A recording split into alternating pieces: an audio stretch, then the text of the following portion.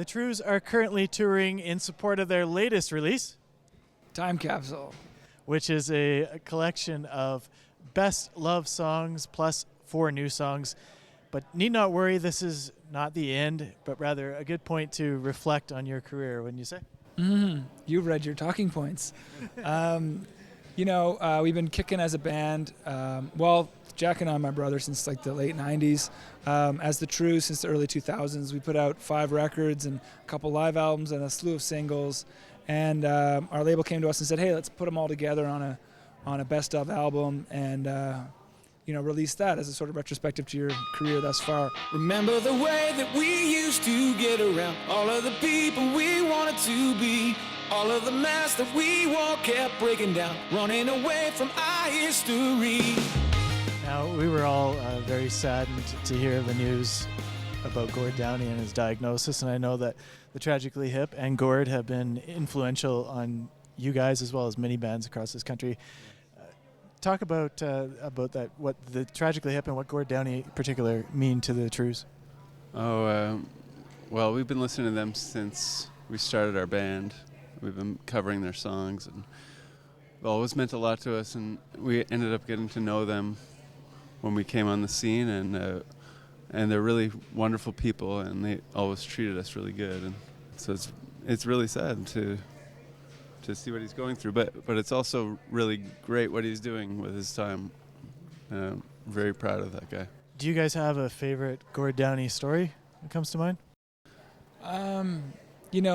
A couple of them come to mind. When we were just like in high school or like just the tail end of high school, the Hip came to Halifax and we all went to see them. We didn't know them then. We didn't know them yet because we were just kind of a baby band still. But we all snuck into the after party where they were hanging out. They happened to be hanging out at one of Jack's dad's restaurants that he owned in Halifax.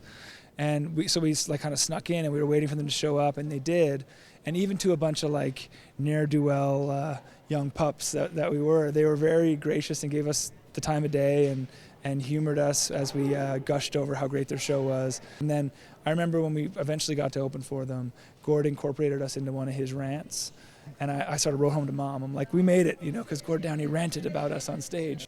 How about you, Jack? Do you have a favorite Gord Downie story or memory?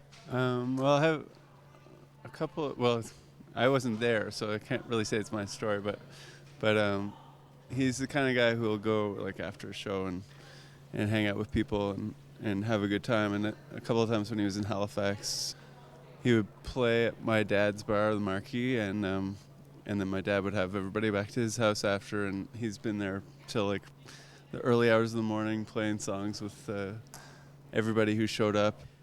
Do you guys have time for a quick rapid fire round before we let you go?